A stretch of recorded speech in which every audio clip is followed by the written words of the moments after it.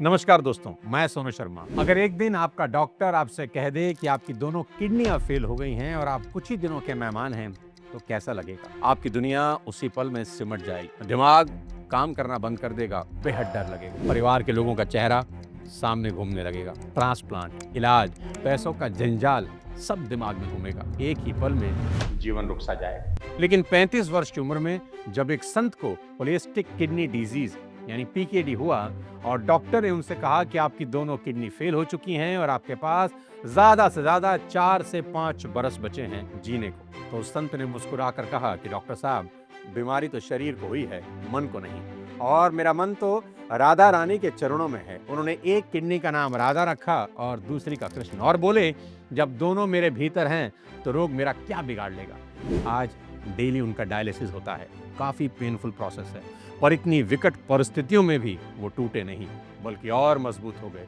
वो कहते हैं जब कष्ट भगवान का दिया हो तो वो भी प्रसाद बन जाता है।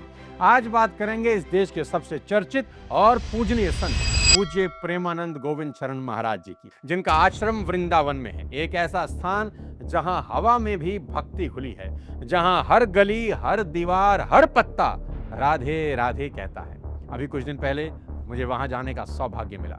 जब मैंने पूज्य प्रेमानंद जी महाराज को सामने से देखा तो ऐसा लगा जैसे वृंदावन उनके भीतर सांस ले रहा हो, और जब उन्हें सुना तो ऐसा लगा जैसे खुद वृंदावन बोल रहा हो। अर्थ जब बढ़े तो इंद्रियों पर विजय प्राप्त करने की चेष्टा करे, और जब अर्थ नहीं होता तो इंद्रियों को समन करने की चेष्टा करे भगवान के नाम बल से। उनके शब्द बांसुरी की धुन है, उनका मौन मृदंग की थाप है, और उनकी आंखें स्वयं श्री कृष्ण का प्रतिबिंब। मुझे जब उन्होंने देखा तो उनकी आंखों में माँ यशोदा जैसी करुणा थी, उनकी मुस्कान में राधा रानी जैसी शांति थी। और फिर उन्होंने मुझसे कहा कि आधुनिक प्रेरणा के साथ साथ आध्यात्मिक प्रेरणा भी जुड़ जाए तो संसार का उद्धार हो जाए। आधुनिक प्रेरणा के साथ साथ यदि आध्यात्मिक प्रेरणा जुड़ी हो, बहुत लाभदायक हो। जब उन्होंने मेरी किताब खोली तो जो चैप्टर उनके सामने था वो भगवान राम पे समर्पित था, जिसमें लिखा था कि देव देव आलसी पुकारा, और उन्होंने मुझसे कहा भी कि हमको आलसी कभी नहीं होना चाहिए। देव देव आलसी पुकारा ये तो कभी न भूलने वाले पल थे वो कथा नहीं सुनाते, वो प्रेम जगा देते हैं। उनकी वाणी से जब शाम निकलता है तो ऐसा लगता है जैसे स्वयं कान्हा पुकार रहे हैं। जब वो कथा कहते हैं तो समय ठहर जाता है।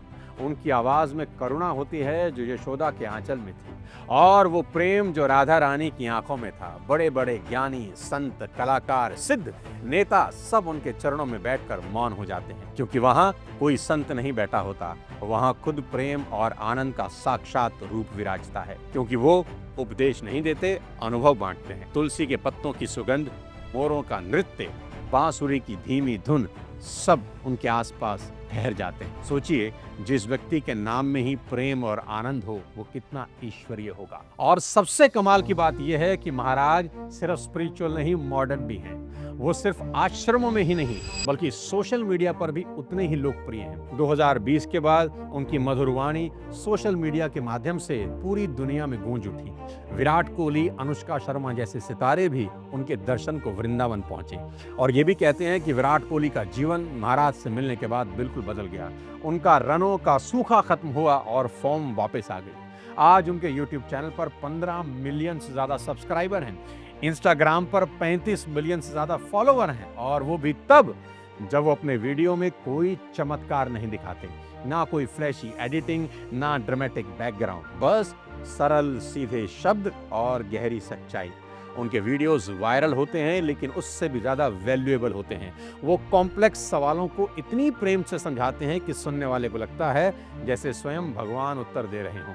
शायद ही पूरी दुनिया में कोई दूसरा स्पिरिचुअल चैनल ऐसा होगा जिसकी इतनी विशाल और इतनी सच्ची फॉलोइंग हो। इस सब की शुरुआत हुई आज से कोई 56 बरस पहले। साल था 1969। कानपुर के पास एक छोटे से गांव के एक साधारण ब्राह्मण परिवार में एक बालक का जन्म हुआ। नाम रखा गया अनिरुद्ध। 5 साल की उम्र जब बच्चे खिलौनों में खोए रहते थे, अनिरुद्ध घंटों रामायण और गीता सुनते। एक ही सवाल मन में गूंजता, जब इस संसार क्षणभंगुर है तो मेरा सच्चा साथी कौन है? और उत्तर मिला कि मेरे तो गिरधर गोपाल दूसरा न कोई। वो मंदिरों की सफाई करता था, कभी आरती में दीप थामे, कभी ठाकुर जी को नए वस्त्र पहनाते। और फिर आई वो चमत्कारी रात जब मात्र 13 वर्ष की उम्र में उन्होंने परिवार, सुख सुविधा सब छोड़ दिया और सिर्फ एक चीज चुनी, कृष्ण। रात के कोई 3 बजे थे, गांव सो रहा था। एक बालक प्रभु प्राप्ति की ज्वाला लेकर अपनी नियति की ओर चल पड़ा।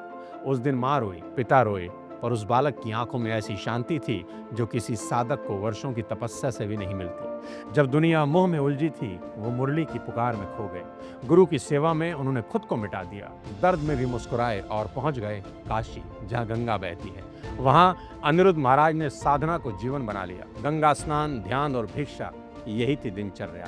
भोजन मिले तो भी भजन, ना मिले तो गंगा जल पी के भी संतोष और भजन।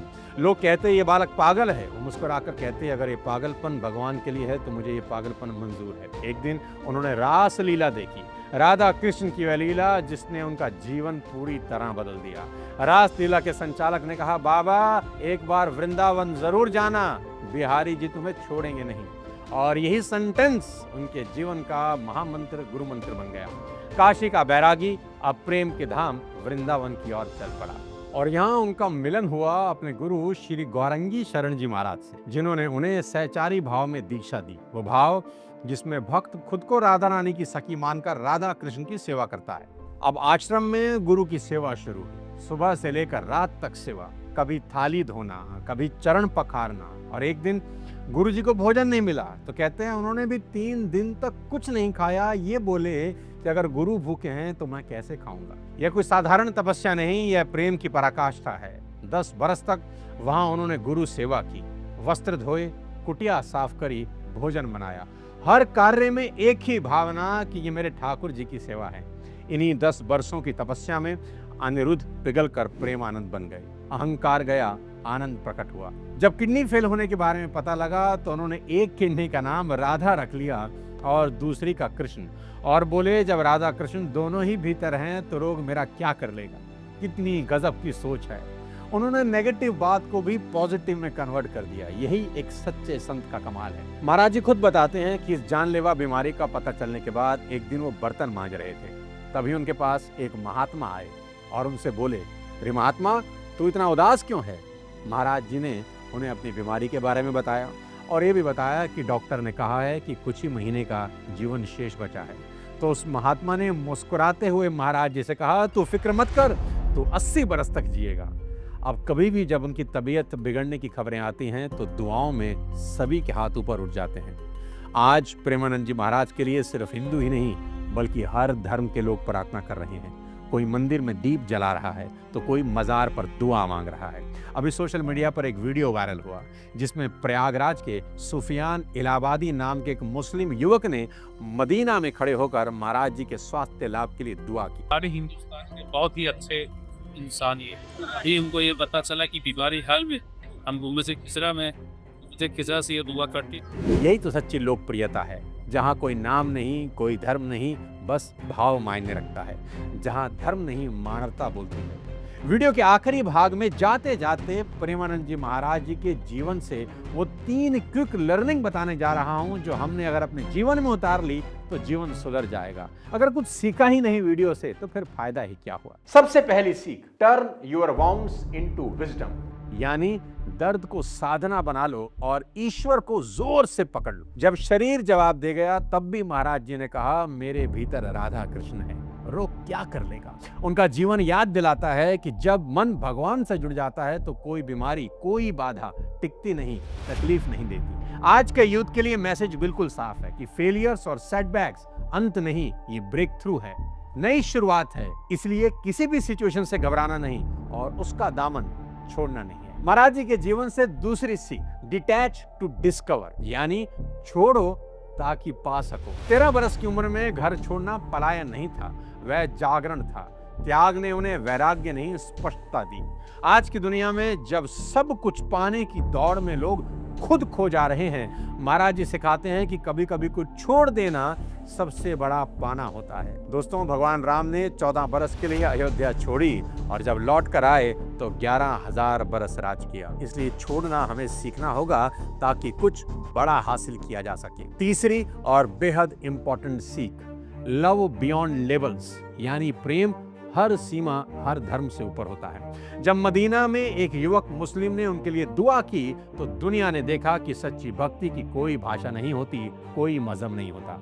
महाराज जी का आदर हर धर्म के लोग करते हैं। उनका जीवन बताता है जहाँ प्रेम है वही ईश्वर है, और प्रेम वही जो जोड़ता है, बांटता नहीं, लेकिन बांटने से और बढ़ता है। प्रेमानंद जी महाराज सिर्फ एक साधु नहीं, एक सेतु है जो इंसान को इंसान से और आत्मा को परमात्मा से जोड़ते हैं। वो दिखाते हैं कि श्रद्धा तब असली बनती है जब इंसान पीड़ा में भी मुस्कुरा सके। आज भी जब वो वृंदावन की गलियों में सुबह नंगे पांव परिक्रमा करते हैं ना, तो हवा राधा नाम से महक उठती है। उनका हर कदम जैसे कहता है कि संसार को मत बदलो, खुद को बदलो। वो बताते हैं कि सच्चा प्रेम दर्द नहीं देता, दिशा देता है, और जिसने राधा रानी की शरण पा ली उसका हर आंसू भी आशीर्वाद बन जाता है। ईश्वर प्रेमानंद जी महाराज को स्वास्थ्य लाभ दें ताकि वो इसी तरह पूरे संसार का मार्गदर्शन करते रहें। दोस्तों, ये वीडियो महाराज जी के हर चाहने वालों को जरूर भेज दें और अपने सभी साथियों को भेज दें ताकि वो सीख सकें कि जीवन को कैसे जीना चाहिए। अगली किसी और शानदार वीडियो के साथ जल्द आपसे मुलाकात करता हूँ। तब तक अपने स्वास्थ्य का ध्यान रखिए। जय श्री राधे, जय श्री कृष्ण।